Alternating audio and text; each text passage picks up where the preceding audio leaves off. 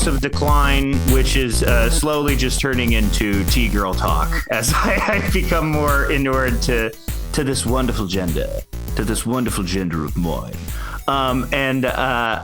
So further to this theme, there's been this thing that's been stewing in my head for a while, is that Ween, they're kind of trans with it. You know, they're a little trans with it. I don't know what it is about Ween, but there's something about them where in my travails as a gay man, I did not meet as many gay Ween fans. But as I've been talking to more and more trans women, not all trans women are Ween fans, but there are far more trans women Ween fans than there are gay man Ween fans. And to help me explore this phenomena, this anecdotal phenomena I've noticed, I have the wonderful, very extremely talented musician, Alex Riggs here. How are you, Alex? I'm doing very well. Thank you for inviting me on this esteemed podcast. Oh, absolutely. Absolutely. When did you first notice that Ween was T-girl coded? Maybe a week ago.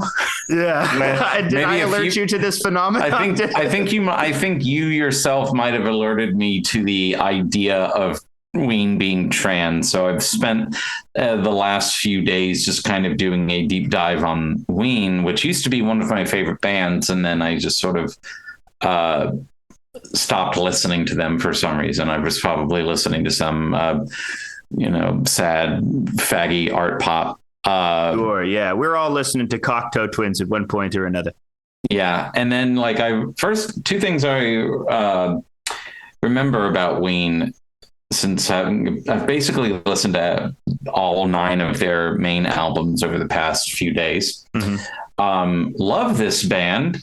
I remember why I love this band and why they're actually a very important band in my life, and how very influential, very important band in my musical upbringing. And also I'm really digging for the trans stuff. So maybe you can point me to your me to your theory. Okay. My theory. Okay. So my basic theory of the title or the theory is just meant to be shy. Literally you can say that anything is transcoded. And that's what when you're like me, when you're a newbie, mm-hmm. and you're seeing everything for the first time through the kaleidoscopic lens of gender. It's everything, the entire world is there was a trans allegory. I was getting into Bob Dylan the other day, and I'm listening to Changing of the Guards, right, from Street Legal. Oh, and, yeah. 16 years, 60. Yes, that's how much time I spent trapped as a boy. You have no idea all the shit you're about to do. Yeah. And as someone who's been an out trans woman for only a couple of years now, I've been on HRT for a little over 3 years now. I can say that doesn't necessarily stop. Yeah. But it definitely, you tend to pick and choose your trans battles in terms of what is and what isn't trans coded. I'm trying to think of other examples of this for my own life. I know other writers and friends of mine have leaned into going into Nico Stratus, who's a really amazing critic and writer, and she wrote the bio for the last Al Riggs album themselves. Mm-hmm. Is currently finishing up making this book about how as a trans woman Dad Rock saved her life. Mm-hmm. And is Bruce Springsteen queer coded, and there are all these other things. Is credit card a friend? That kind of. Well, it does tend to fall. No, I'm very tend to fall into that. It's weird because it's as I've become more comfortable with myself, I have become more comfortable with my appreciation for extremely generic dad rock. That's the thing. That's the thing. Like that. When I discovered that I was a woman, and when I admitted it to myself, and I said it out loud to myself, so much shit that I avoided because it was too masculine, I have now embraced, because I feel like now that I'm on the other side, I can look at it objectively and actually not just be like, well, this is man shit, it's stupid. But like, I've really gotten into Steely Dan. Yeah, sure. Yeah. As we all have, everyone started soy facing for Steely Dan in 2022 for some reason. I literally was on 2 episodes of the same podcast about Steely Dan. They're great. You know, I will soy face. You know, I'm all about Don and Walt. You know, love Steely Dan. Kid Love Charlemagne. them to bits. My husband thinks it's a bit. Me liking Steely Dan, I don't know how to rock. Yeah, like I don't know how to convince him that liking Steely Dan is not a bit. I own all their albums. I've covered some of their songs. Yeah. I love their music, but he calls it this is a very Southern reference. He calls it Winn-Dixie rock. Yeah. No, that makes sense. He calls it fancy rock. Yeah. It's you know, it's shit you hear in a grocery store. It's smooth jazz. But the thing, what he didn't, got to listen to the lyrics. They're all about weird guys. You know, they're all about weird loser dudes. Yeah, weird loser suck. assholes who fucking are shitheads. And it's funny listening to this smooth ass music about weird losers. Because haven't you ever felt like that in your life when you're just sometimes you're just on this like California beach, you got no money, you're just like, you're bleeding from your nose because the cocaine you just did, your like shirt's open, it's got like a floral pad. Haven't you ever felt like that or wanted to feel that? And you're like, why don't people want to feel like that? You know, I don't know why I'm doing it. Yeah, exactly. Accent. I lapse into it sometimes. I mean, we're talking about a band that lapses into accents pretty much constantly. Yeah. And that's what sense. I want to get in. So this is my general theory about how Ween is transcoded, or at least how Ween is like egg coded. Speak on this, Queen. Okay, so to me, the process when you're a girl and you're trying to be a man, you know, your entire life you're told you're a man, so you got to take on the archetypes of manhood, right? Yeah. So it's all about you trying on a bunch of different hats and sort of getting to the root. You don't have a direct route to emotion as much as when you're a girl, right? You don't I think I know where you're going with this. Please continue. Yeah, because it's like, but I think it's also something that I've heard neurodivergent people say. There's this almost like disconnect there's sort of this weird circuitous thing that you have to get to. You have to think about the emotion, mimic it first, and then through mimicking it, you can like experience it with some sort of reality. So, but that's sort of like the process of being a man and choosing your archetypes as a man. It's this mimicry followed by this sort of almost emotion that becomes real, but it still has its roots in this play acting or sort of almost technical imitation of something. I want to refer to this article or this initial review because how I first found out about Ween was through early internet music criticism, like guys like Piero Scaruffi and like Mark Prindle and like the Something Awful guy, David Thorpe. And one guy. Oh, these are all wonderful, upstanding gentlemen. Love these guys. But the guy that really got me into Ween was, I think his name is Grigory Starostin. I want to get his name right. That's not a real human being. You made that up. No, you made that real. name up. His blog was called Only Solitaire, and I read it a lot. And he gave very, very high rankings to Ween. He says, I quote here in his introduction to his Ween page, well, here's my 2 cents on the matter. By the time the 90s roll in, the world had run out of not melodies, worse than that, emotions. It did not start with the 90s, of course, much earlier, but by the 90s, the emotional crisis was obvious. The tender love song, the aggressive punk clamor, the deep philosophic stutter of the singer-songwriter, the passionate soul-bearing of the gospel singer, all of these things had become too dangerous. You really had to work your ass off to try and find new ways of expressing all this. And even when you did, you could still be laughed off by the cynics. And we all know how the cynics ruled the day in the 90s and still do. All of which gives you essentially 2 choices. One is to fuck the cynics and just trudge along with the same old trusty emotions disguised as innovative artistic statements. Sometimes you win, sometimes you lose. If you lose, you bite the dust real hard. Even if you win, there's no chances at all you won't bite it the next day. The other one is to not even try to fool anybody and just suck up the good old cliches. Because after all, one thing good old cliches can do is still make you rich and famous. especially if you're subtle enough to be friends with the MTV and major labels. He really writes like an early 2000s internet music writer. I was going to say, I can smell the burnt coffee. This shit is awesome. I love this guy.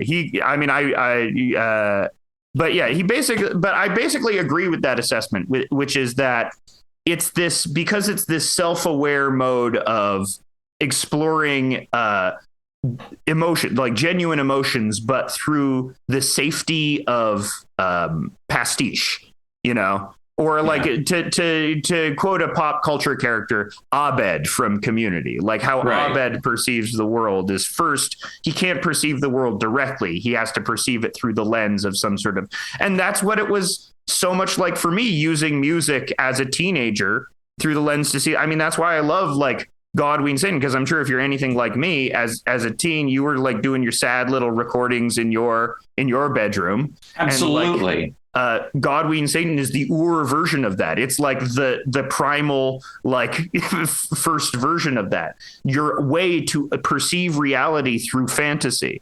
And to me, that is like the experience of being a man when you're really a girl, is just trying to get at something real by imitating things you've already seen. And that's why I think Ween is like a little transcoded, or like little like sad boy pre-transition coded, at least.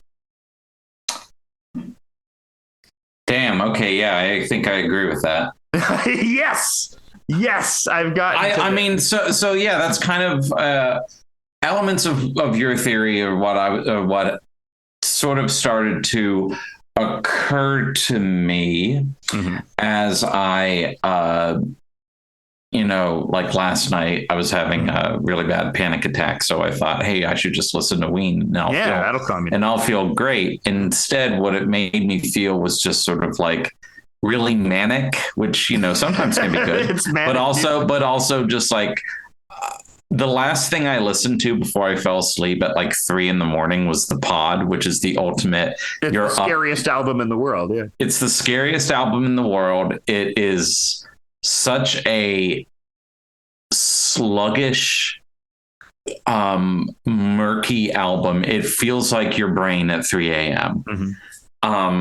Thinking about like, one of the things that I've always loved about Ween is, well, I could get into sort of like my reasoning behind like why Ween is one of my favorite bands, and I actually have like get into it. I have like kind of a four-cornered triangle called a square about like the 4 bands when I was a teenager and young adult that sort of influenced not only how I write or record or perform, but how I look at music, pretty much all music. One of the bands is, and I'll give you reasons why. I was thinking about this driving home tonight. One of the bands is the Flaming Lips. Love them. Who taught me that you don't have to be a perfect singer in order to sing. Oh yeah. The other band is They Might Be Giants, who taught me that you can write about literally anything. Yeah. And a third band is Ween, which told me that you could play pretty much anything and not even give a shit about style, because it really doesn't matter if the tone is right. And then Mount Erie Microphones kind of like sum all of this up and revealed to me, you can do all of this by yourself. Yes. And Ween also kind of goes hand in hand with that, with like, you do not need anyone's permission to make the art that you want to make. All you need is something to record with. Yeah. Literally anything. And the first thing I ever used to record anything I had for almost a decade was this, I remember it was a long green, clear green light up USB dongle, where it had the USB on one end and a 1/4-inch cable input on the other end. So you'd basically just be plugging whatever instrument directly into the computer. And it made like this, until I like found a way to actually, adjust things and make it work properly, it had like this hum that would not go away. So I would find ways to make the hum work within the song, or like this, the hum would always be in B major. So I tried to make music that made sense for that note to just sort of be in the background. Yeah. And a lot of what I recorded when I was younger was covers of Ween songs just to see if I could do it. Yeah. Like I covered like, and all of these songs are like lost to time, and for good reason, because they're not good. But I think I covered like Baby Bitch, Birthday Boy, Bananas and Blow. Sure. All of the B songs. All the B songs. Yeah, freaking. I mean, you're right. It's the atmosphere that the shittiness. I mean, that's why Pod is like up there for me. I think that's my third favorite Ween album, next to Mollusk and Quebec, because the Pod has that. You really feel like you're in that shitty New Hope apartment with them. You that really is, are situated in space and time. You can smell the mold in their carpet. Yeah. Listening to that album sounds like how mold smells. Yeah. I mean, and it provided in me like a lifelong appreciation for shittily recorded stuff. I mean, listen, my stuff that I make is shittily recorded. One, because I'm not good at production, but two, because it's like, I'll roll with it, baby. You know, it's atmosphere, you know? It's cool if it sounds washed out or like weirdly distorted, or there are mistakes within the song where they're frequently Ween makes mistakes and they keep it in of them laughing, or like it going too hot. And it's like, fuck, whatever, you know, this is a weird fucking album. But also,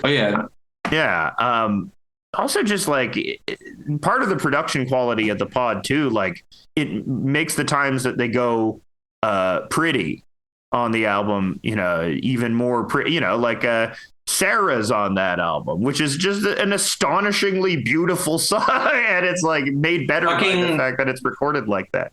Fucking Demon Sweat is on this album. It's a great, beautiful song.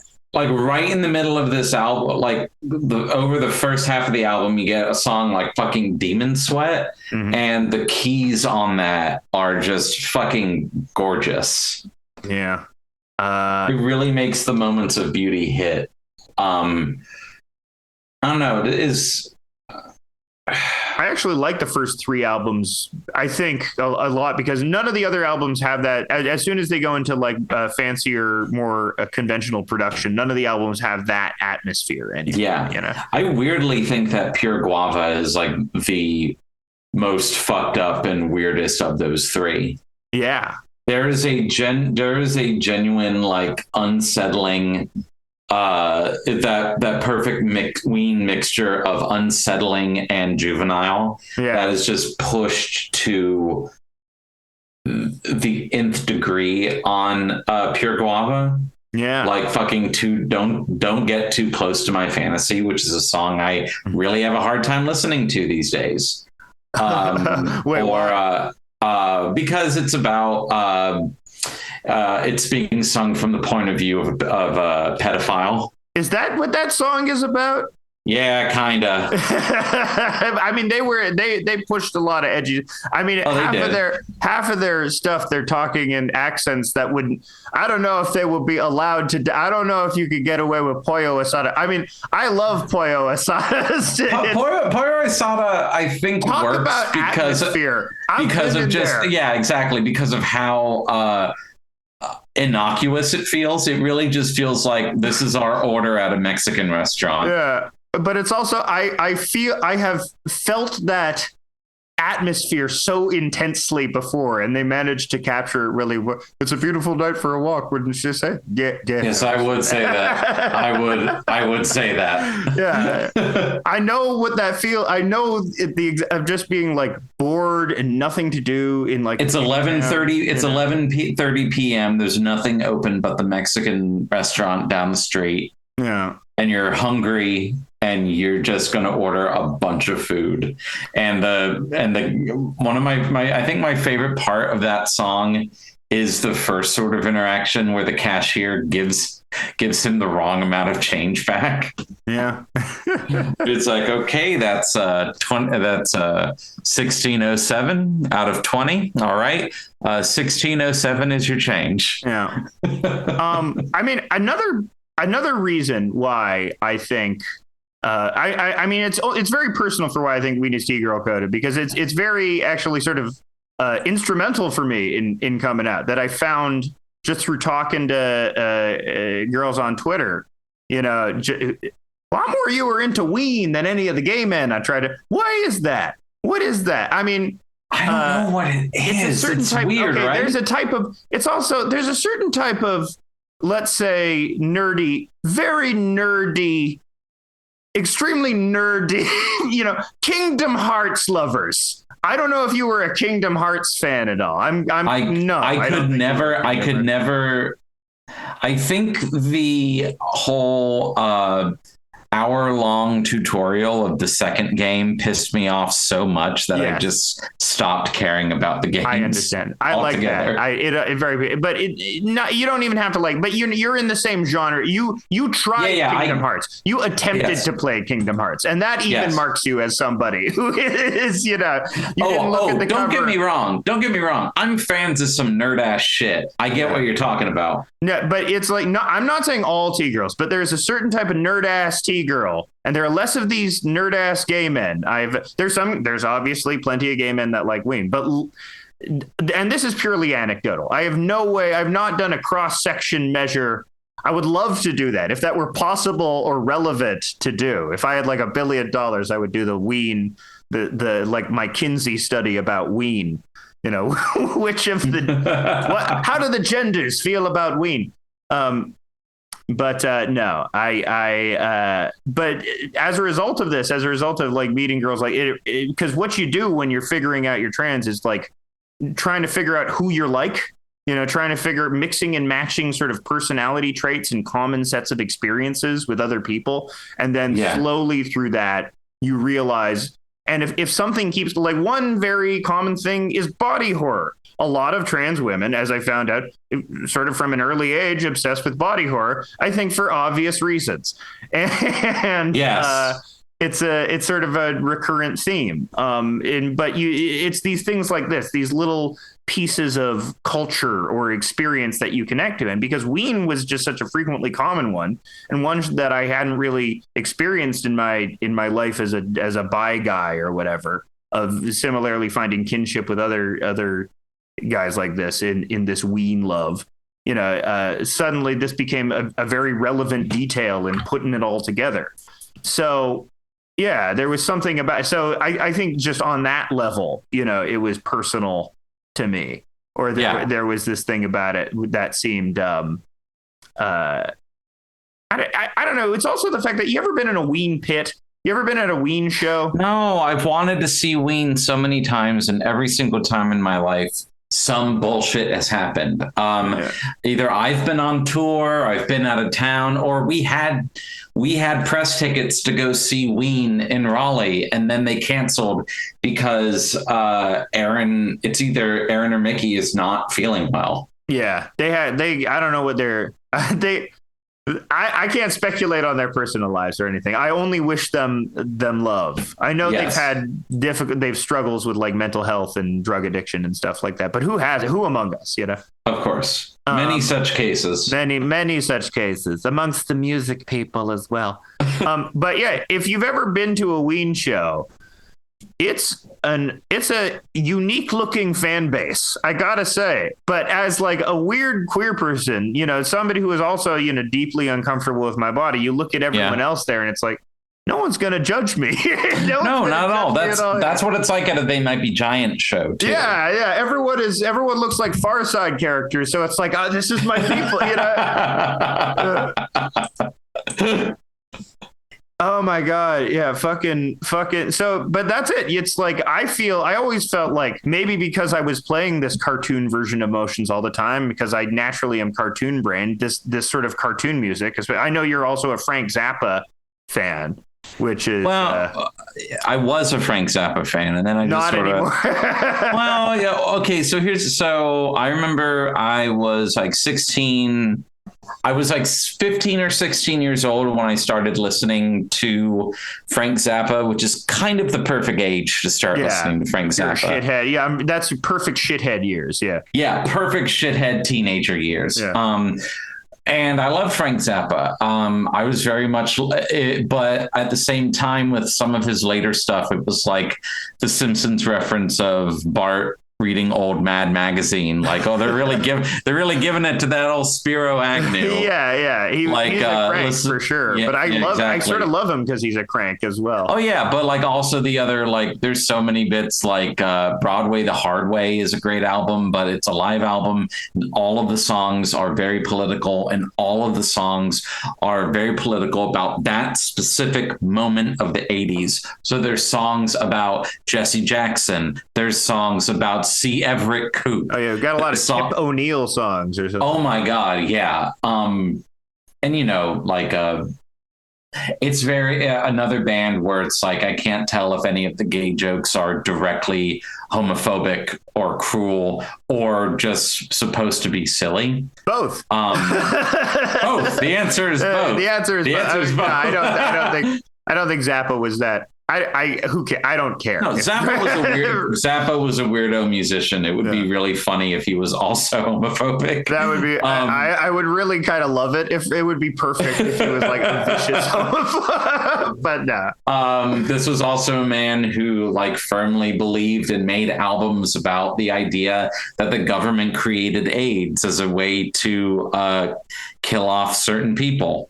Well, you know, I can be talked into that conspiracy. Oh yeah, totally. You give me like 2 or 3 picklebacks at a bar, you can really just sort of tell me anything. And I'll believe it. I'll believe you. But I remember, where was I going with this? Oh yeah, Zappa. So I remember Zappa plays Zappa. Yeah, started to become a thing with Dweezil Zappa playing his father's music. Mm-hmm. It's also for anyone who's interested in weird musician-based legal challenges, you should look up the history of Zappa Plays Zappa because it's very funny. Yeah. Wait, anyway, what happened? Did they get sued by their own name or what? Yeah, they Dweezil basically got sued by his own family. Oh no, which is really fucking weird. Anyway, terrible.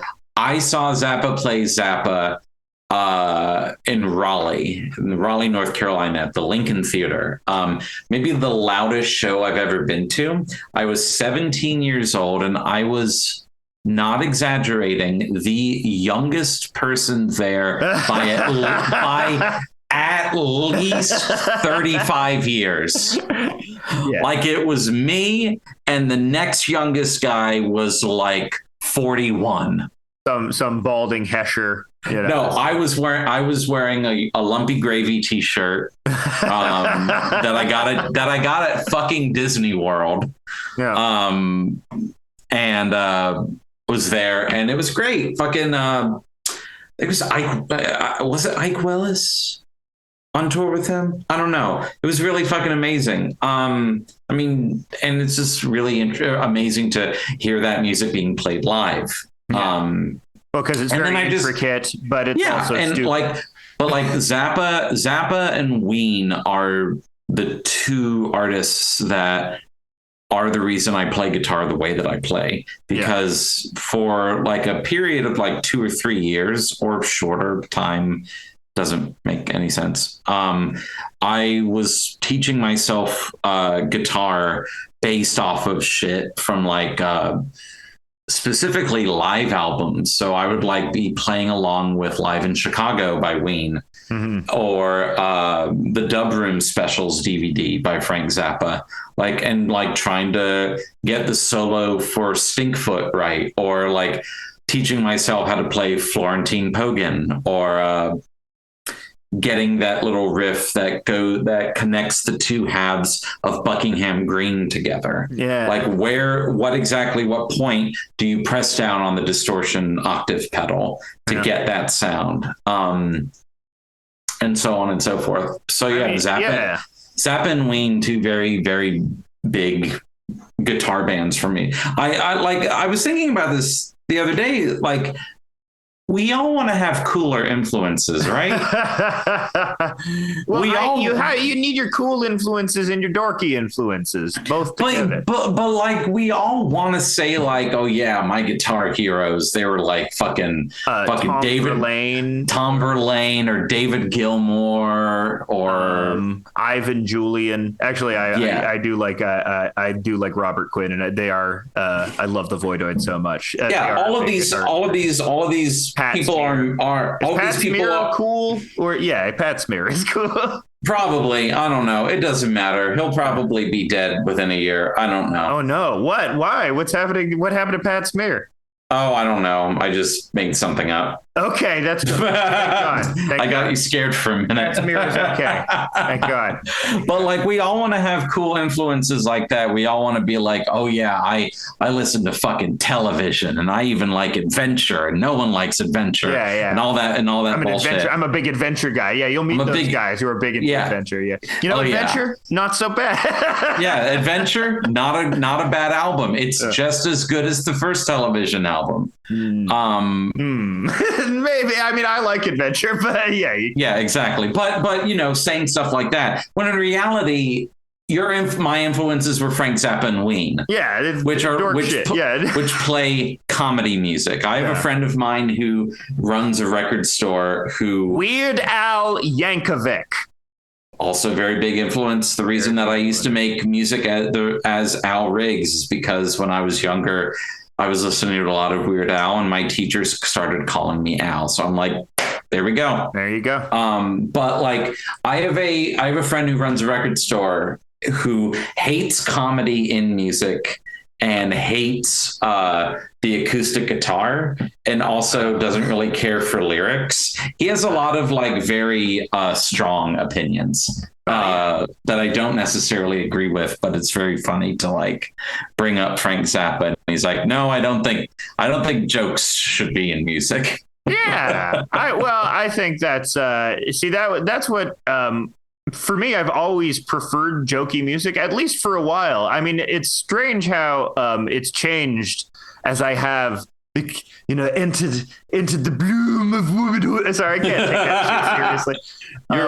How long do you think you're gonna like milk that joke? I all the time, because I can do it now. I'm the Tim Watley of trans people. Yeah, I do it. The best thing about coming out as a trans woman is that you have now been given the key to like a bunch of free new slurs. Yes, well, which I'm not far. I need to be on the hormones before I start doing any of it. That's the line.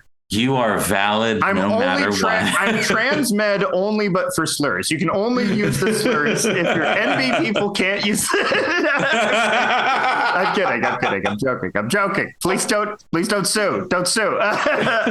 They can get mad at me. It'll give me better. I'll take the bad publicity and use it to sell the album. You take all the good publicity. It'll be split right down the middle like that. But I think Frank Zappa and Dean Ween, and Ween in general, interesting comparators, because They Might Be Giants also falls into their cartoons.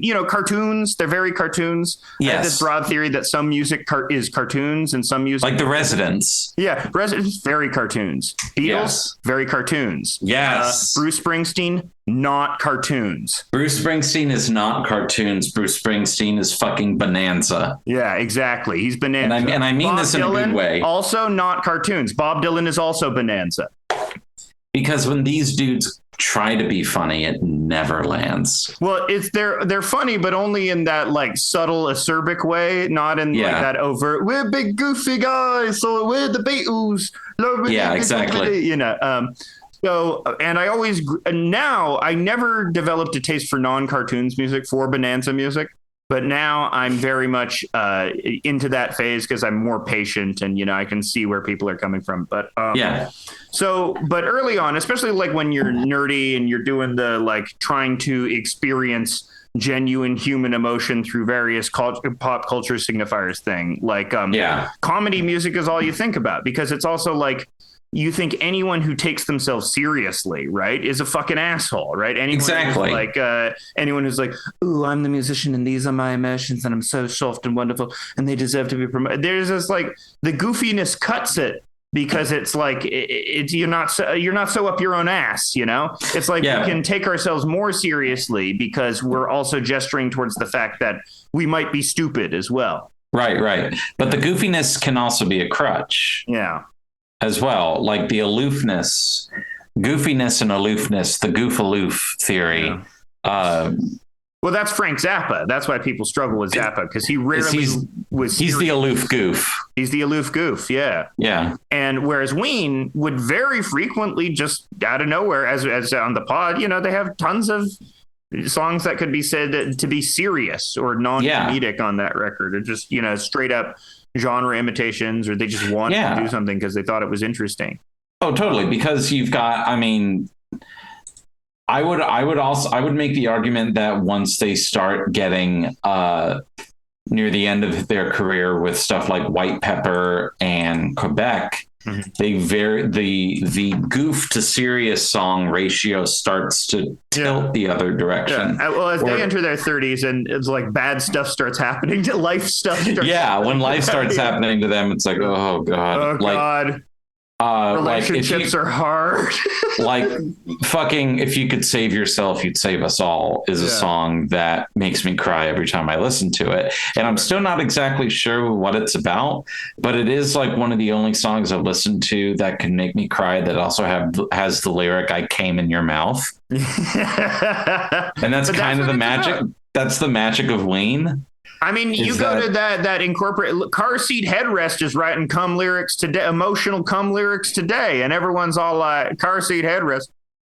I like car seat headrest. My opinion of car seat headrest is only improved once I found out that he was a furry. Yes. Like that made him immediately much more interesting as a writer and as a performer, because now it's like, oh, so he's not like normal, sad, soft, queer adjacent boy. This is a furry. This is someone who is it. There was a specific experience behind this. Exactly. There's some sort of like emotional, like he's been through some things. Yeah. And also furries are my favorite people on earth. But yeah, well, they get the trans experience. They get what it's, you want to be something else in your head, you know.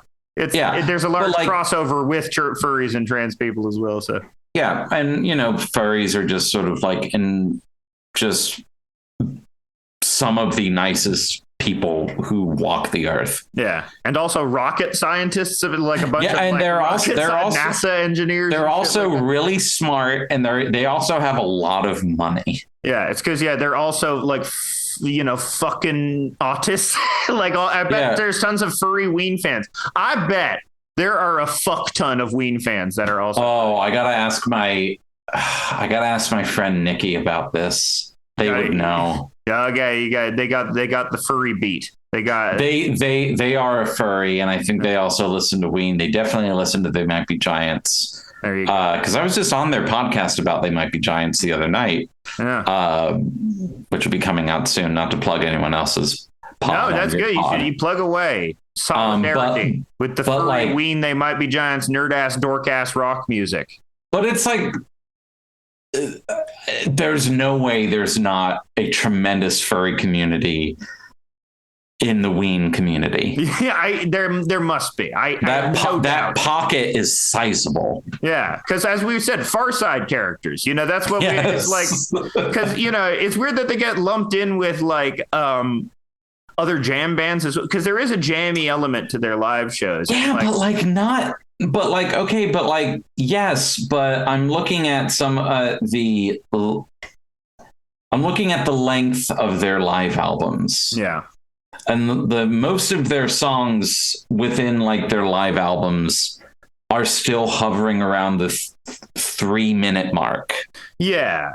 It's just like shit. Like so exactly. Sometimes they go into like, let me lick your pussy, or a 36-minute poop shit destroyer. Yes. Well, because that's a song that deserves to be 36 minutes long. No, that I know that version. It's great. I love that. It's just like you playing that for someone who doesn't know any better, and they ask, "Is this Swans?" And you can be like, "Yes, yes, this is. Yes, Swans. this is Swans." Michael Gira. That's something. Michael Gira. That's something they would write. Yeah. Okay.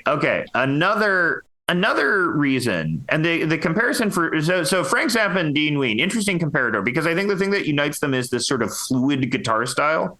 Like they're not metronome hogs, you know. They're not at all. They're not like Steve Vai or something like that. They're not like super perfect 16th notes or anything like that. Playing the guitar, at least when it comes to solos, is very much a emotional, physical thing before anything else. Yeah, it's like there's definitely technicality involved when it has to be, but there is a sort of like rubberness to how they perform as well. Yeah.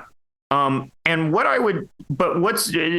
so that similarity is there. And both of those guys are absolutely influence on my guitar style. You know, when you're not thinking of like where your fingers are going, you're just allowing them to go wherever because you've internalized the scale and you like playing it sloppy. Because the chords are in the back and the chords are providing the rhythm, so you can just play whatever. It doesn't matter, you know? And they had guitar styles like that deeply. And I find that's interesting that unites them, because the thing that very much separates them, not in guitar, but just in music in general, Ween and Zappa, is aggression. Frank Zappa is aggressive. There's always this tinge of like acerbicness or pissed offness. Rarely is he soft. Rarely does he allow himself the space. Never. He never got soft. Yeah. He never got nostalgic. That's not true. That's not true. I'm now thinking of like there's Village of the Sun is very much a nostalgic Frank Zappa song, because that is like very, very much about his childhood. And that is also like a very smooth, relaxing song. It's like going back home to the Village of the Sun. It's like, that is a very nostalgic song. But other than that, correct. Zappa is very much like anti-nostalgia, anti-sentiment. Well, I'm trying to think of the most nakedly like emotional Frank Zappa song that I can conjure in my head is Mom and Dad off We're Only in It for the Money, which is about cops killing hippies. And it's like a genuinely like fucked up, sad song about like being rejected by parents, but it's also aggressive. It's really aggressive, you know? Yes. And Ween just is...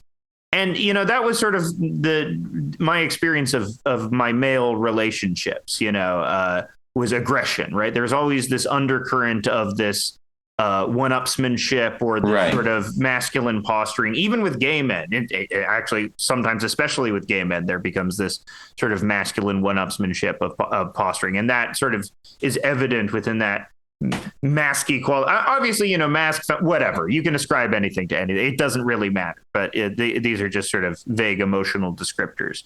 But Ween, there is that sort of like, there's the softness. You know, there's these sort of long-haired, gentle, soft boys. And there's this, dare I say it, sapphic. No, I'm not going to. No, dare I say but there is quality. And they might be giants had it too. And, you know, the tinier John has those big eyes, you know, he has those big. John Linnell, I had a crush on John Linnell for a period of time. Oh yeah. Guilty. You know, definite would. Absolutely. But also They Might Be Giants, I think, actually has two of the most explicitly trans songs ever written by a non-trans band. Okay, hit me up. And they're both on the same album. Yeah. There's SEXXY. Okay. There's literally an extra X in there. Mm-hmm. And like the song ends with like the lyrics, "You've gotta understand, she's got her own plan. She wants to be a man." Like that is, and like 2 songs later, they have a really beautiful song called "How Do I Sing Like a Girl," And the chorus is like, how can I sing like a girl and not be objectified as if I were a girl? And it's like very, very eggy. Yes, that is an extreme. That is extreme. That's one of those things that makes you go, huh. Obviously, you're never supposed to say would HRT would have saved her, but we all have that thought all the time. Why? Wait, hold on. Why are we not supposed to make this joke anymore? It's disrespect. It's because it's corny. It's bad. It's been overplayed. Listen. How old are you? I'm 34. I'm 32. I'm officially past the age of caring what is and what isn't corny or cringe anymore. Yeah. I fucking can't stand the saying something is corny or saying something is cringe. Who gives a shit? Yeah, but also I don't know. Is it like?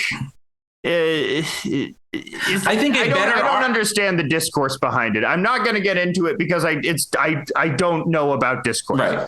Let me just say the better argument that exists that is out there is that saying something like would HRT have saved her or would transitioning have saved her? Yeah. It does rob that person of their own autonomy. Yeah.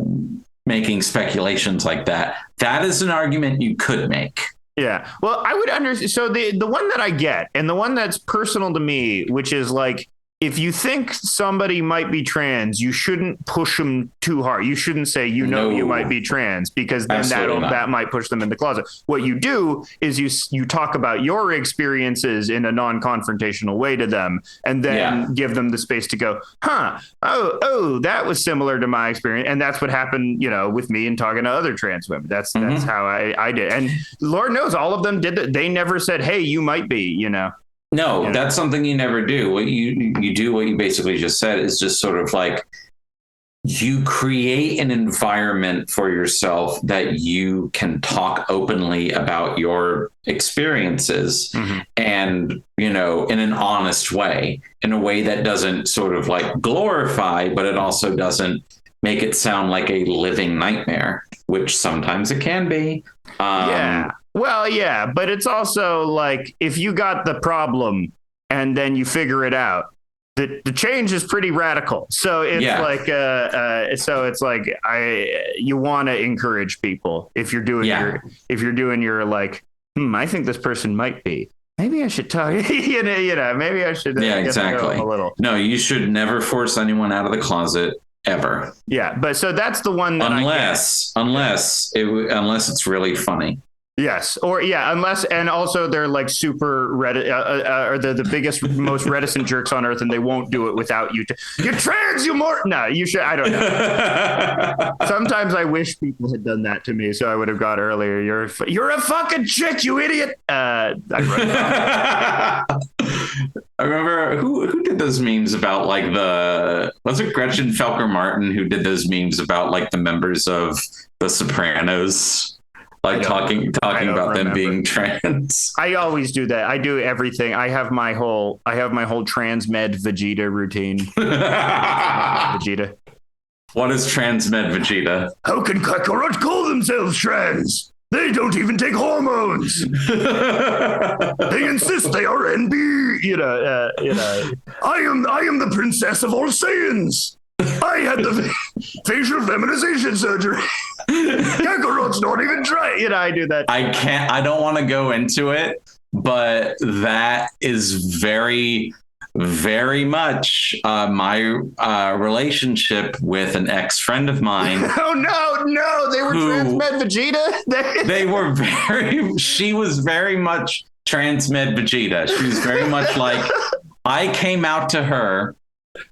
There were like the first 3 people I told that I was going on meds was my husband, who, by the way, is a gay man and has also just been like ridiculously supportive. I am incredibly shout out to my husband, Dustin, who has been nothing but supportive and nothing but encouraging 100% with no reservations. I think he mainly just wanted an excuse to look at tits more often, but hey, there you go. It all worked out. It all worked out, So I told him I want to go on medication. I want to go on HRT.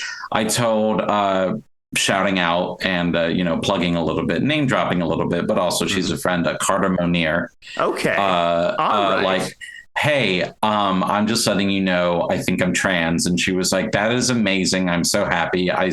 And like, there's a quote. I use her quote. The only reason I really bring her up, drop her name, is that I use her quote in the album artwork for the new record. You open up the gatefold of the CD and it'll say, being trans is a prayer for something better, which is true. Yeah. And I think about that all the time. The third person I told was Transmed Vegeta, who very much was like, the first thing out of her mouth was like, even before I had made like the hard decision of these are the drugs I'm taking, these are what I'm doing, before I even got the prescription, she was like, so what drugs are you taking? Are you going to have breast augmentation? Are you going to have FFS? Are you going to do this? I'm like, no, fucking chill. Yeah. And then she also just said some shit while I was visiting her that really made me realize, oh, you're not really looking out for me. You're not really my friend. Yeah, that'll happen. I mean, it's Transmed Vegeta. It's a difficult relationship. It's a very difficult relationship with Transmed Vegeta. She's got all sorts of hangups about, being overtaken by NB Kakarot. But yeah, this is they're stealing all of our clout. I did this bit that is so weird, like hating NBP, because I'm a binary femme or whatever. I'm like I'm she hair. I'm a she hair. The ones that hate on the NB, why? What are you getting out of this? They're figuring shit out. The same ones. And hey, worst case scenario, if they're anything like me, they're gonna just end up being trans anyway. Yeah, well, who knows? Yeah, I cannot. That's also a tab. You can't say that NB is the. What I'm saying. Oh, right. I forgot to add the word. Some might end up. If you're like there me, you go. Some might end up. Now you're woke. You're woke like now. I'm woke now. Finally, I've been given woke. You've been given it. They just fucking need to leave non-binary people alone. They're the best. Yeah, everyone, we got to stick together. We got solidarity with. We got to stop doing all this crab bucket shit and start eating more crab buckets together. Exactly, crab boils. We're gonna do some good seafood boils, but also no crab buckets, more crab boils. We've gone off of Ween completely, and now are just on to trans issue ranting. But as long as we're talking about, but that was the essential thing for me about why I'm angry at right wing cis people or people that sort of doubt what I tell them, is because fundamentally I believe it is a horrible thing to believe that you can peer into another person's soul and believe see the truth of them, because you don't know. Yeah, you don't know what is in their soul. You don't know. You don't know, and it's like, so you're always under the implication that somebody is lying to you or trying to get one over you, and that's why people and that's why people doubt non-binary people, is because, you're just doing this, like you said, for clout or for some sort of weird social thing because there's media attention on queer people. But that's the same thing they level against binary trans women as well, is that you're just doing this for attention. So you're just reproducing the whole, I can peer into your soul and I can tell you are not true about what you say. You are lying because I am the lie detector. I know your body language and mannerisms. It's such a villainous mode of thought. Like, why would you think that way? Even if it's true, even if someone's faking it, wouldn't you rather just live your life believing people are true to their word? And even if someone is quote unquote faking it, isn't it better to just fucking let them fake it? Yeah, I guess some people would say because it truly doesn't, unless they are actively trying to hurt anyone or creep on anyone.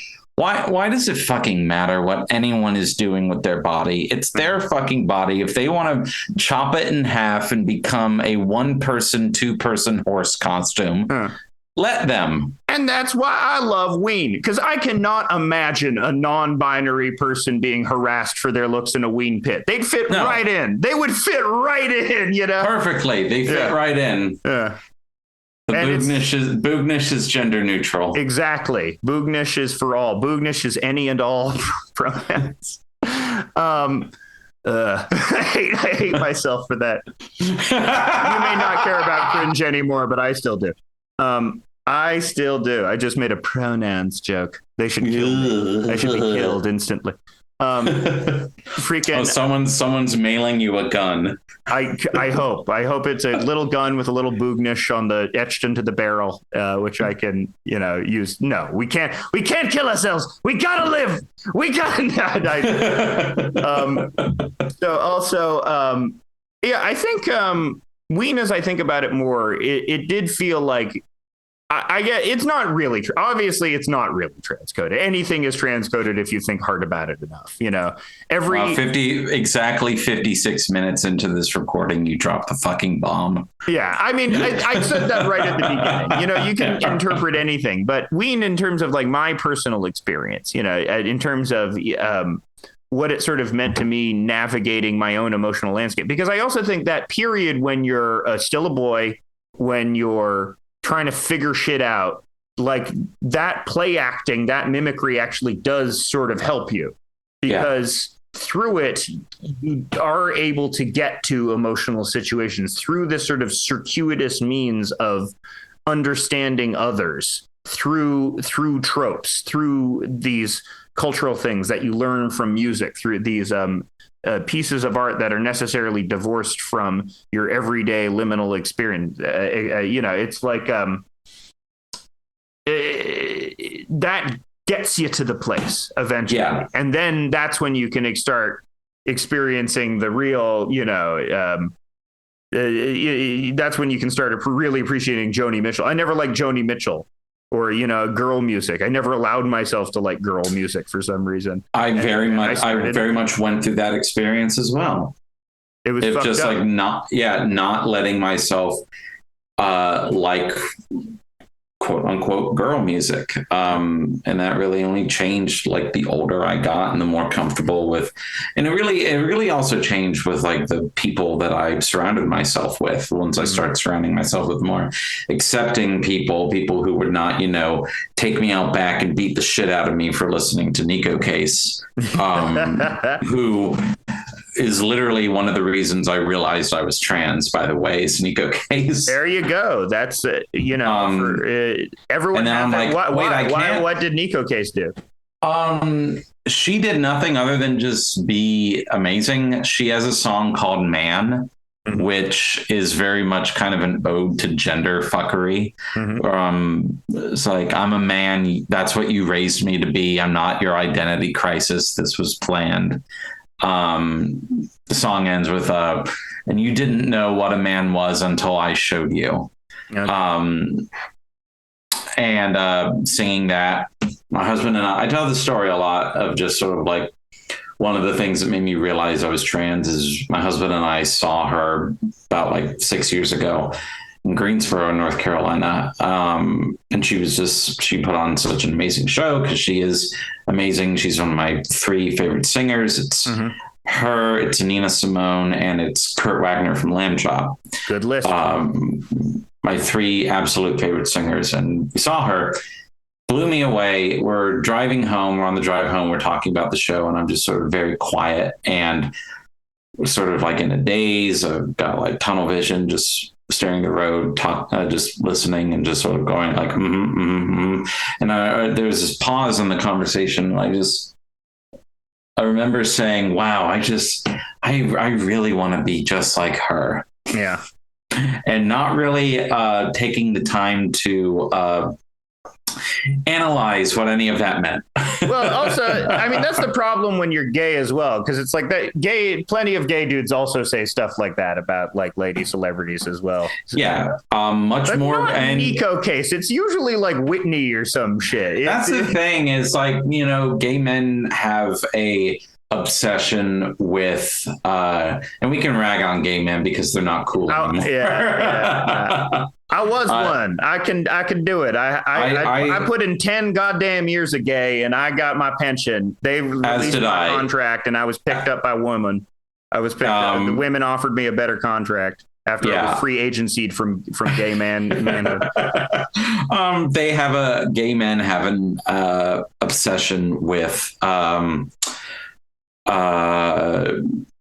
making women who may or may not be queer themselves their idols. And gay men writ large do not do a tremendous amount of fuck it, I'll say it. Gay men writ large in pop culture do not do a tremendous amount of giving back into the community by supporting actual queer art. Okay. I can't attest it. I don't know about that statement. Have you had anecdotal experiences with that have affirmed that statement? I just see a lot. I've just grown up with a lot of queer bands and a lot of queer music, and like seeing all of these people who are actually saying things and making art that is directly related to the gay male experience or the queer experience. And it's just, you see playlists being made of like LGBTQ music, and it's all shit like Ariana Grande or fucking Whitney Houston or Britney. And it's gay men confusing camp with struggle. Well, yeah, but on the other hand, I like all those artists too, so it's fine. No, that's the same. No, it's like, I don't know. I get very up my own ass and very bitter about shit like this, about queer artists not being given the respect that they deserve. It's interesting because it's like the diva, the diva character that gay men sort of gravitate to is their image of idealized femininity is interesting because it's sort of a masculinized version of feminine power. It's a woman, but she's like a fascist dictator at the head of some sort of thrall. You know, it's this Grace Jones. Yeah. I mean, she's the best. She's the fucking. She's the fucking best. Night Clubbing is one of the best albums ever. I fucking adore Grace Jones. Yeah. But yeah, so I think Nico Case is interesting because Nico Case is not a diva. She's very much like, let's get woomy. We're getting uterusy over here. Yeah. I don't even think she's that. I mean, if like Whitney is a diva, then Nico Case is a siren. Yeah, or like someone like I'm trying to think of other people in this mode who are like feminine, non-diva, or Joni Mitchell. You know, I would not describe Joni Mitchell as a diva. And or like Gillian Welch. Yeah, because they do not evince like that type of like bold aggro power. You know, there is an aggressiveness to an Ariana Grande, that sort of pop aggressiveness, that really hype style. You know, even though the music is about you know getting your I love that side to side where she's crab walking in the song, and it's like she got pounded. So that's a very funny song. But still, there's same with Zappa. There's a weird aggressive quality to it, you know.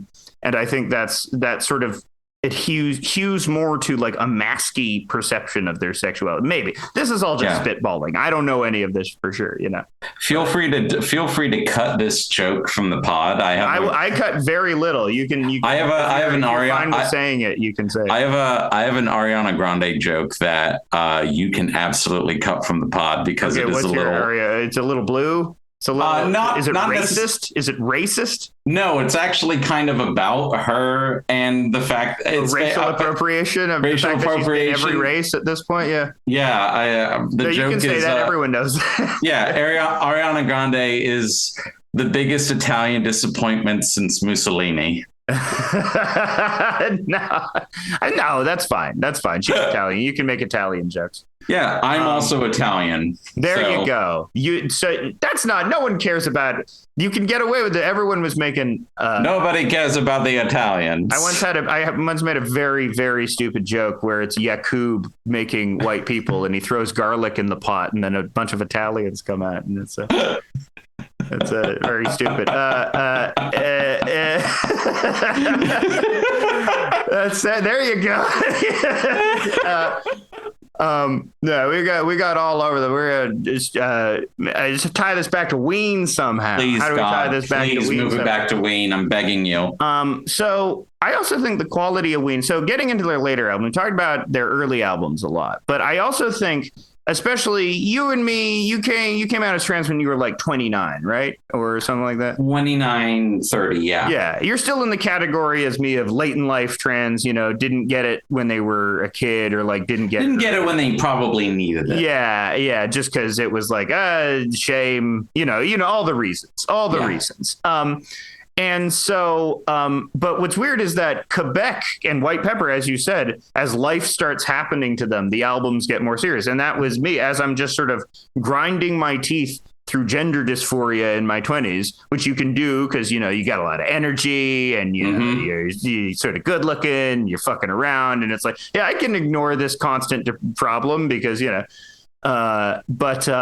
yeah, eventually it catches up with you. And that's like what White Pepper and Quebec and La Cucaracha to a lesser extent as well. That's what they're all about, is all that shit catching up with you.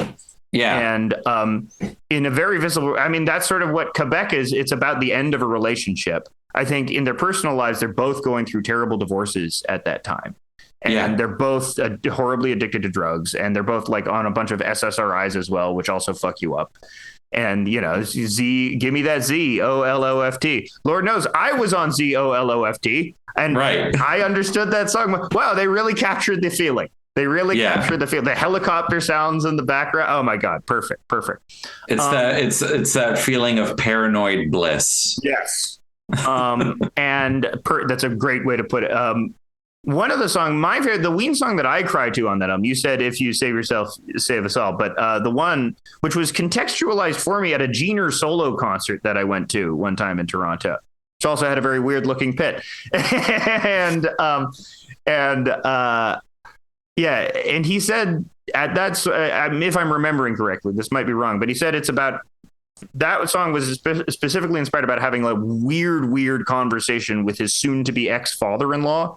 Because when you have like a weird tension with your parents-in-law and you have just like strange, awkward conversations that sort of end up being weirdly profound because they say something so strange to you. Yes. And I just imagine like his father-in-law saying to him, sail Brown Bay to Chocolate Town. And Jeaner, what? Why did you say that? And that's like, oh yeah, you got to go down to Sail Brown Bay to Chocolate Town. What? And that's what I always pictured with that. But that's the like, that to me, that's the emotion or the wistfulness behind that. Yeah. It's this weird fucked up phrase, but it's all about essentially your relationship that is about to end, and these weird things that are these sort of harbingers of doom as your relationship, as this long-term relationship is about to end and your life is going to enter a period of rapid and difficult change. And so that's sort of the emotion that Chocolate Town brings as it's also like a beautiful melody, Yeah. Taste that I was tasting. Yeah. When Ween goes normie, they really pull it off very well. And like Chocolate Town is such a... I remember listening to that song as a teenager and listening to Chocolate Town and being like, oh, this is an adult song. Yeah. This is a song of adult feelings. Yeah, this is and like now a Jim Croce song, yeah. Yes, exactly. This is like Jim Croce. This is like Allman Brothers. Yeah. And then as an adult, I listened to Chocolate Town like, fuck, I was right. Yeah, this song is hitting me much more in my 30s. Yeah. Yeah, this song, I have such a strong memory with Quebec. It was the first Ween album I bought with my own money. Mm-hmm. I remember going on long bike rides around my neighborhood. I created this weird route in one of the neighborhoods I lived in from my house to Blockbuster. Now, to drive from my house the 90s, early 2000s, I suppose. Mid 2000s, like this was like 2007. Yeah. To drive from our house to the Blockbuster took 3 minutes. To ride your bike through there in a way that would not put you in the middle of traffic took half an hour. Mm-hmm. So I would go down. I had a path that I would take every single time. I would go out into the street and then immediately into another neighborhood. I would go down this huge stretch of road that was a downward slope. I would go across a lake. I would go down a big hill, over a bridge across a lake, and I would go through a golf course. Yes. And I would go through this area that was always doing construction, just doing on a side road, and I would end up at the Blockbuster. And I would time all of this shit to Quebec. Right, because it's 56 minutes. It's a long album. It's a pretty long album. It was like a 30-minute ride, and I remember by the time I get to where I would always, and even if I wasn't listening to Quebec, I would always, that first long, really fast bike down where you're just coasting down a giant hill. Oh, and you're doing it to It's Gonna Be a Long Night? No, I would do that to Transdermal Celebration. Oh, that's a great way to bike down a very long hill. And it was just shitty iPod headphones, iPod cranked all the way, no helmet, wind through my hair. Sure, yeah. That fucking guitar solo on Transdermal Celebration is just, it feels like someone blasting a really powerful fan in your face. Yeah. Oh my God. Not even. Are you sure? Yeah. I love Jeaner's, yeah. Jeaner's serious hard rock voice. Yeah, it's so funny. It's so fucking funny. I mean, it's also just all the voices they do and the character. I mean, even like pitching up their voices, you could say is like T-girl coded. Because, you know, you ever go into like a vocal transformer and pitch up and just be like, hey, what if I girl? Just kind of kicked it up? I mean, none of their voices ever sound like girl voices. They always sound like chip. Not really, but like, yeah. But even, you know, that sort of experimentation with the different modes of expressing guys who seemed like pretty unconcerned with masculinity, unconcerned with being conventionally male as well, which is also why it seemed inviting, because I was a person who was not conventionally male as well. Frank Zappa seemed much more conventionally male, much more like a dude, much more like I'm sort of acerbic and self-possessed, and I don't care about accommodating others or their comfort. I'm a man, you know. Whereas Ween is like, can we get you some snacks? You know, can we get you some snacks? But they're gonna say it in a really offensive accent. Yeah. I'm not gonna do that. But yeah, there's a motherly quality. There's a matronly quality to Ween. Yeah,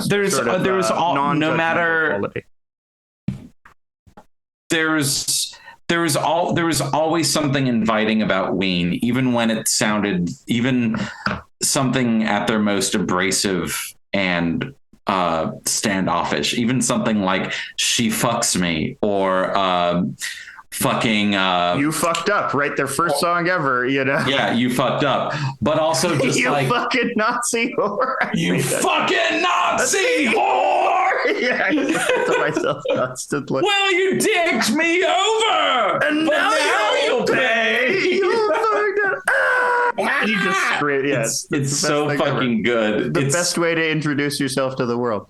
But also, shit like Morning Glory, which I listened to last night with the headphones turned all the way up, and it just felt like, you ever just listen to music to hurt yourself? Yeah, I mean, that they made a straight up like Stockhausen song. They made a straight up like fucking experimental. I love that shit. I fucking love that shit. Yeah. I mean, their experimentation is, I mean, they were friends with the Boredoms guys, you know, they had real cred within like the weirdo music world as well. Yeah, they did. I was going to bring that up. Like I just found out tonight while we're on this call that they literally made an album with Boredoms. Oh yeah, Studio Hawaii Z or Hawaii Z-Rock Hawaii. Z-Rock Hawaii. Yeah, I'm gonna listen to that. It's actually really great. It's I'm gonna listen to that after the call because I had no idea that exists. Because Boredoms are another band that I found out like through the Flaming Lips because of Yoshimi. Boredoms is another band that I'm like, fuck, they just don't. This is just amazing. This is just bliss. Yeah. I love them so much. I love Chocolate Synthesizer.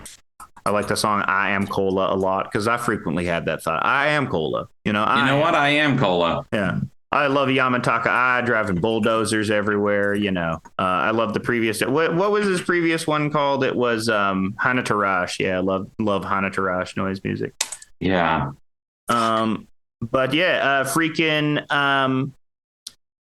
You could probably say they're T-girl coded. Boredom. Everything's T-girl coded. Whatever. Everything's T-girl coded. I was, what you were talking about how Nico Case is your big like.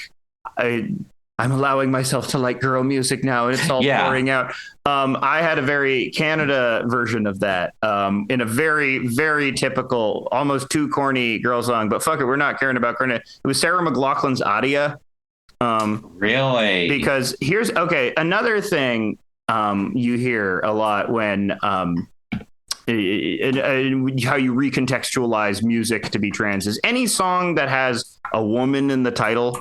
Which plenty of Ween songs have women in their titles. Yes. It's like suddenly it's not about you pining for a woman. Suddenly it's about you calling out to the lady inside you or whatever. And, it's like, this is a song. This now becomes trying to reach down into the pit where she is and take her hand and drag her out. All of those love songs become about that experience. Yeah. You can take Jolene and that becomes a Jolene, I'm begging for you, please don't take my man. That becomes a love song. It turns from a love song or into this thing of like that pressure of like not wanting to kill your boy self due to societal pressure. Exactly. Recontextualize everything. But Adia, the thing which keeps me, kept me a lot from the trans stuff is that just the true belief that it is only perversion. There is no pure version of this, right? And Adia is a song about being fucked up on heroin, right? It's not a song about trans stuff. It's a song about, but I think sometimes, and it's a corny lyric, but it's something that I just needed to hear and I wanted to hear all my life is we are born innocent. And believe me, Adia, we are still innocent. And that's in that song. That's like the struggle. It's this desperation because she doesn't believe she's innocent in the song. No. Like the image in the song is that they're fucking strung out and they're like, desperately trying to cling to innocent. But if you just recontextualize it, as we all do with any lyrics, it is this it's this lady telling you who is Adia, don't worry, right. We're born innocent, That's a really beautiful lyric. I might have to go listen to that song. It's so good. It got overplayed, but Adia is one of the most beautiful fucking songs ever written. I defy you, Lilith Fair people. But no, they wouldn't defy me. They would agree that Adia is one of the most beautiful songs. But I think it's really gorgeous. And in terms of like, hearing a song and me like that episode of Seinfeld where the guy listens to Desperado and starts weeping. Yeah. I have that with that song where it's like, I can just hear that lyric, 'cause we are born innocent. And that's a really beautiful, but that's a really fucking beautiful lyric. Yeah, it is. 'Cause we are. That's why I try and carry myself that way and try and not be angry, even at like people that are fucked up or transphobes or people that are angry at me. Cause I do believe that people usually aren't made bad by their own hand. No, you're absolutely right. Yeah. Someone else created Ben Shapiro. Yeah. Which is, ultimately, that's what you have to hold on to because that's what separates us from them is the ability to hold on to the humanity of even the worst among us, which is, and that because what kept me back was the belief that I was inhuman, that I was the worst among us, that I wasn't afforded the privilege of being innocent or having a sense of purity about me. And, that's I think that's something that Ween is about as well, where it's just feeling like a dirty, fucked up, filthy dirtbag boy and wanting to transcend it by finally making something beautiful after all these years of, because, like by the time they're doing White Pepper, I mean, they made lots of beautiful songs before that, but they make Stay Forever. Oh my God. I was going to bring up Stay Holy Forever. shit. Yeah. What, that song is just like fucking one of the greatest love songs ever written. Fuck you. You know what? I want to know if you feel the same way. Yeah. God, I fucking love it. It's so good. Love that Fuck you, fucking Ween. song. How did you write such beautiful music? But then but the great thing about them is that at the same time, while still making this increasingly beautiful music, they will still make a song called Big Fat Fuck. Of course. Which sometimes you wake up in the day and it's 12:30 p.m. and you haven't taken your meds yet and you just feel like absolute fucking garbage. And it's like, yeah, I do feel like a big fuck. Yeah. Great sense, but yeah, sense memory music. Yeah. That's what it's all about. Feeling like a big fat fuck. Shinola, great record. Yeah. And I mean, there is like explicit queer content in Ween as well. Yeah, I was going to bring that up. What is it about? So it's the Zappa thing. Yeah. Is the queer content in Ween's discography, which is all over the map. Yeah. And it's in pretty much all of their albums. There's like some elements of it. There's gay jokes because gay jokes are funny. That's the thing. But then there's songs like Boys Club, or there's songs like even The Rainbow, which is a really colors in the Homo rainbow. I love that song. It's so good. It's such a beautiful song, and it feels sincere. Yeah. Well, I think I was thinking about this other day because I think I first heard about Ween through South Park. I first heard about Ween through Chef Aid, even before Grigory Starostin. That was my first instance of Ween, and they sing Homo Rainbow in Chef Aid. Yeah. And I was thinking about South Park the other day. Obviously, South Park has gotten flack for transphobic stuff. I don't think they're genuinely transphobic. I think they're just shithead idiots that don't get it. And those two things go hand in hand. Yeah, but no, I get it. You can definitely know what is like carried over from old kinds of humor and what is actually malice intent. I feel like I could explain shit to Matt Stone and Trey Parker. Like, I feel like I would get that opportunity to explain, where other people are like, because the big difference is they don't make it their whole brand. That's like the big difference. It's like, if that's what they exclusively talked about and went into Glinner territory, then I would be more concerned. But they just made like a couple of bad jokes, over the years. But I was thinking about like the early episode, Big Gay Al's Big Gay Boat Ride, which I saw when I was like 7 years old, because that's when it was out, or like 8 years old or whatever. And it was funny to me because that episode is about radical gay acceptance. That episode is all about how Stan is the asshole for not accepting his gay dog. That episode is all about how Big Gay Al is gentle and wonderful and magical, which is, you can say that, this is the magical gay man is a bad stereotype. But honestly, as a kid, seeing a gay man presented as sort of like this godlike nature deity was sort of almost instrumental in me being like, gay people are normal, not instrumental, but exactly. like part of the thing. And I realize it's because they're contrarians, right? They're contrarian shitheads. And the contrarian position in 1997 was gay is okay. It was, that in order to, that was punk rock. Yeah, they could push buttons by saying that, gay is okay, which is why that episode is pretty, for the time, I would say radically pro-queer. It's Gay Al's Big Gay Boat Ride. Even an episode like Cripple Fight, talking about gays and scouts and everything. Yeah. Big Gay Al is the scoutmaster, and he's very warm, and he actually works very well with the kids, and and the kids love him. Yeah. And there's literally nothing.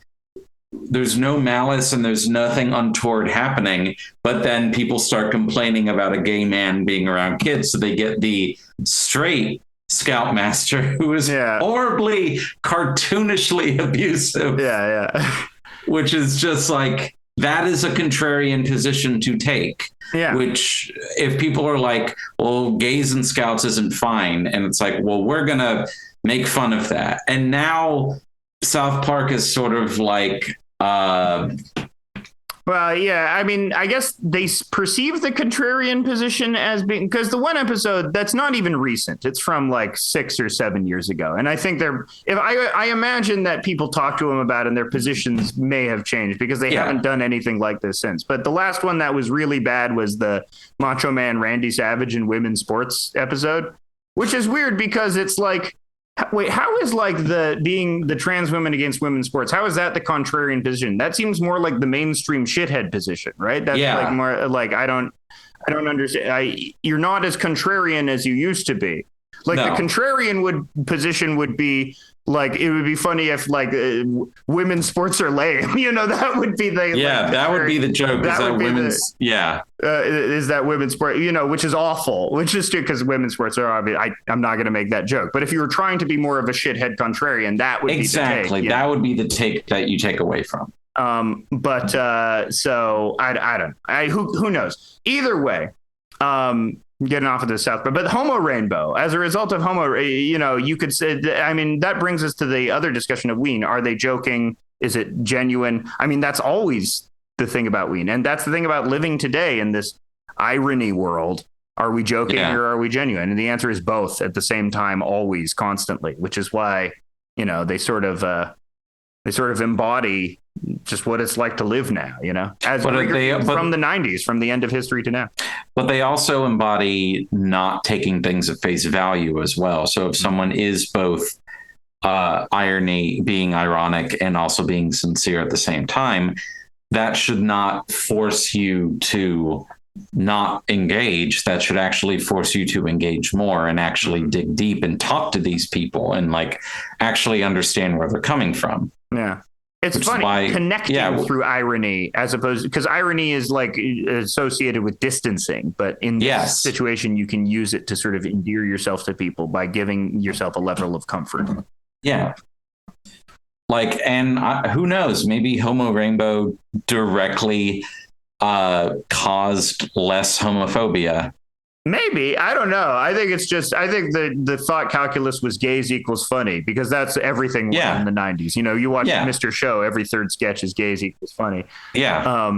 Which, because, you know, it's fun. To be fair, we are, you know, queers are funny. We are funny. And it's like, there's lots of, you can, and I go back and revisit some of those jokes. We are not serious people. No, some of us, but you know, overall, we are not like, no, we should not get a pass. Yeah, you know, that's the thing, is you want people to make jokes about you, just not in like the fucked up way, you know, not in like the don't hurt me, don't hit me way, you know. Yeah, exactly. And Ween, I mean, that's what Homo Rainbow is. It's like, you're making jokes about me, but in the don't hit me, you're not going to hit me. I can tell you aren't going to try and hit me from this joke about gay people, and that's exactly nice.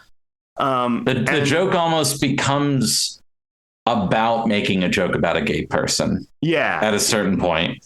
It's like writing a song, writing a very very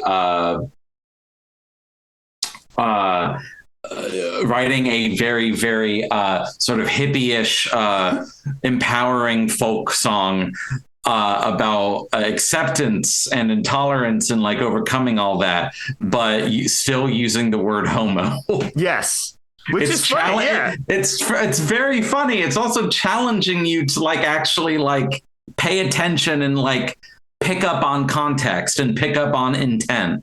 It's very this very mature band known as Ween. Well, I talk about that, but it's like, I mean, some of what held me back, and but there is sort of like a self-seriousness to transition narratives that you see a lot, because it is a heavy thing to take, but it's all like, as I've said before, some people are like, the path of roses that dotted my promenade into the lady realm, you know. Sometimes there is this very serious attitude towards it, and like my experience was just, no, it's just all dumb. It was just dumb. It was me stumbling down to like stairs. That was my experience of discovering like I'm trans, is that it was a goofy ass ride. Yeah. And so it's like, it could be both. It can be both. It can be It can both. absolutely be both. Like I wanted music to reflect my position more, and Ween is still that music that represents that goofy ass ride and a lot. I think my best sort of the thing that I adore the most about the thing that I adore that it does very much fall into, if I could like recommend any trans essays that don't actively suck, is my letter to Victor Frankenstein on the Roof of the Chamonix by Susan Stryker, who is a trans writer, trans feminist writer, which is a essay / poem / piece of performance about using rage to recreate your body. And it is, and it definitely is not the I walk down the bed of roses. It's very, it owes a lot to body horror. It owes a lot to sort of like the act of remaking yourself in real time is a traumatic and violent one. Yeah. The meat. That's what I want. I don't want the path of flowers. I want the path of meat. And I'll send you the path of meat. I'll send you a link to this when we're done here. Highly recommend reading it. Even the name, it's like penis, but it's like girl dick, basically. A girl dick is a ween. You know? Should we start calling? Should we start calling them weens? Should we stop? Should we stop with the gawks and the gridlocks? Yeah, just start calling them weens. Yeah, just start calling women penises weens. I mean, women ween. Come on, come on. Women peen. That's basically ween. What it is. Ween. We figured it out. We figured it out. That's how it is. Right at the end. Oh my God, Ween is a trans band. Ween is a trans band. It's all about gawk. No, I hate gawk so much. That's the worst. You don't like one. gawk? I love gawk. I love gawk because it pisses people off. I like gawk because it reminds me of a Glock, and then I just imagine someone holding like a girl dick in their hands and going pew pew. I'm just like being with someone like pew pew pew. Yeah, we're getting our gawks out and we're holding them sideways, you know, execution stuff.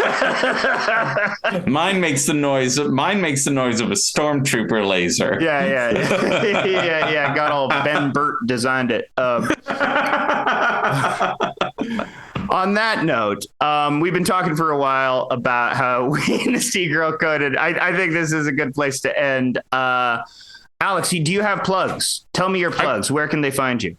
I make music as Riggings. I used to make music as Al Riggs, and now that's my dead name. And what that means for me is that I have a lot of merch that I can't really sell anymore because it's just kind of stuck in my closet. But I'm working on ways to liquidate that soon, but that's not important right now. What is important is that I made my first record as Riggings is called Egg. What's it about? I wonder what it's about.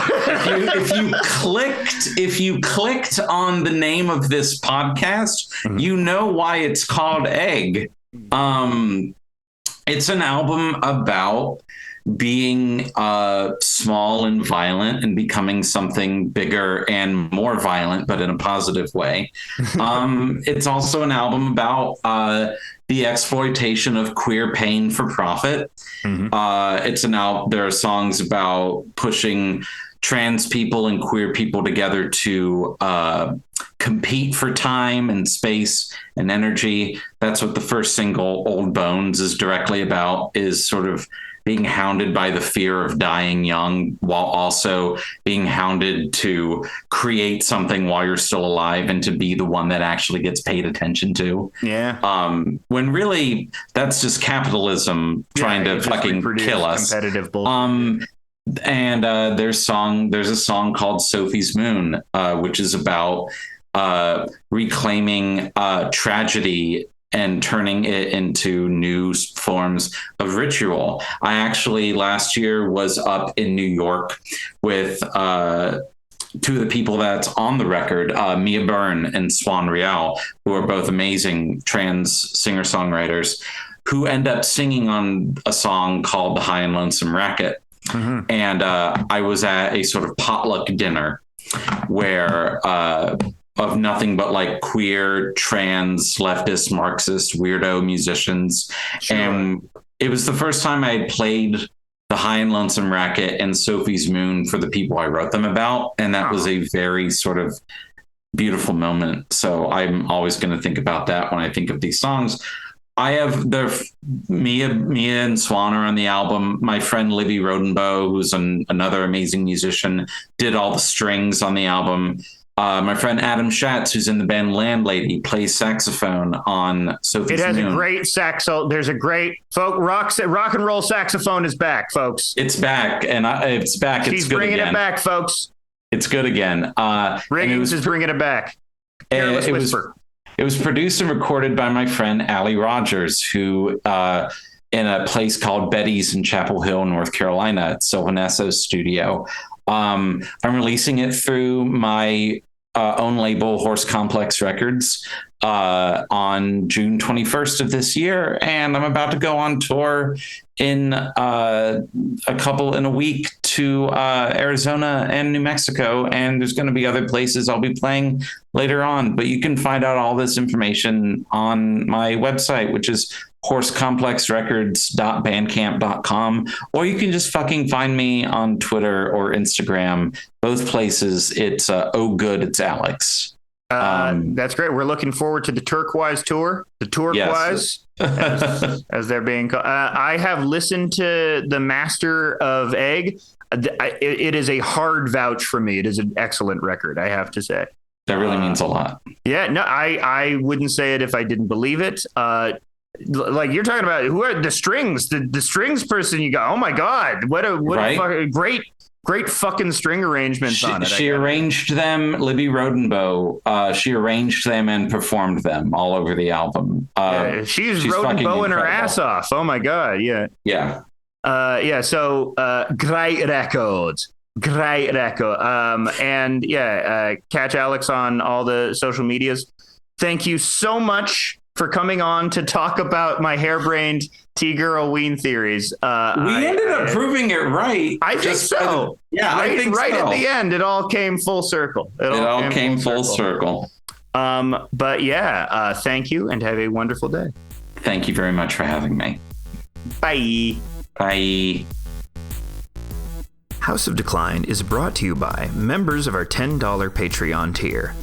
These include Big Fan of Noise, Cher, Connor Lane, Constantine Bristow, Daniel Stern, Dr. Spachemin Zero, Dustin Koski, Fiat Lux, Jody Shen, Jordan Rabe, Keaton Livingston, Kevin Ott, Kimberly Latrin, Liz Heckmayer, Miles Forrester, Piscadoro, Stephen Pikelny, and Tor. Thank you for your support. You are all wonderful people. We love you so very, very much here at Decline Industries, and we will live to see another day. That's an ominous message, but it's also a positive one. Take care.